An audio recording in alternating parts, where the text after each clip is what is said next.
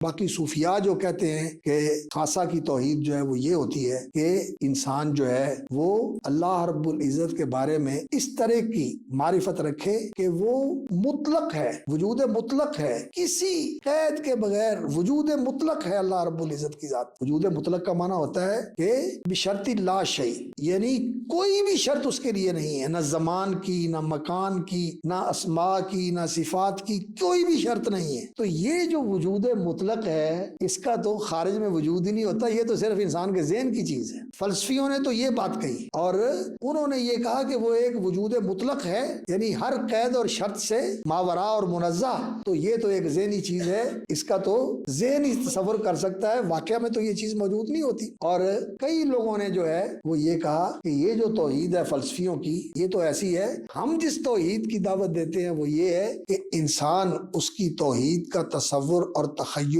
کرتے کرتے کرتے کرتے اس مقام تک پہنچ جائے کہ وہ پھر اس کو یہ محسوس کرنے لگے کہ وہ میرے اندر ہے اور میں اس کے ساتھ ہوں، اور اس مقام پر انسان اپنے آپ کو لے جائے کہ اس میں اور خدا میں کوئی فرق نہ رہے۔ حالانکہ یہ بالکل غلط بات ہے۔ اللہ کے بارے میں اہل سنت کا یہ عقیدہ ہے اور قرآن حدیث سے ہی ماخوذ ہے کہ اللہ رب العالمین فوق سبع سماوات الرحمن والعرش استوى، آسمانوں کے اوپر، عرش کے اوپر مرتفع اور مستوی اور بلند ہے، اور مستوٍ علی عرشہ بائن عن خلقہ، اپنی مخلوق سے جدا ہے، مخلوق کے ساتھ نہیں ہے، اپنی مخلوق سے الگ ہے، جدا ہے اس سے، نہ بندہ وہاں تک پہنچ سکتا ہے اور نہ اتر کے بندے کے اندر آتا ہے۔ تو یہ حلولی توحید یا اتحادی توحید یا وجودی توحید جو ہندوؤں کے اندر ہے کہ ہر چیز میں وہ ہے، جدھر دیکھتا ہوں ادھر تو ہی تو ہے، چڑیوں کے چہچہانے میں اور پانی کی آبشاروں میں اور ہواؤں کی سرسراہٹ میں اور پھولوں کی مہک میں اور پرندوں کی چہک میں سب تو ہی تو ہے۔ یہ جو چیزیں ہیں یہ اس کو توحید سمجھتے ہیں، لیکن یہ توحید نہیں ہے،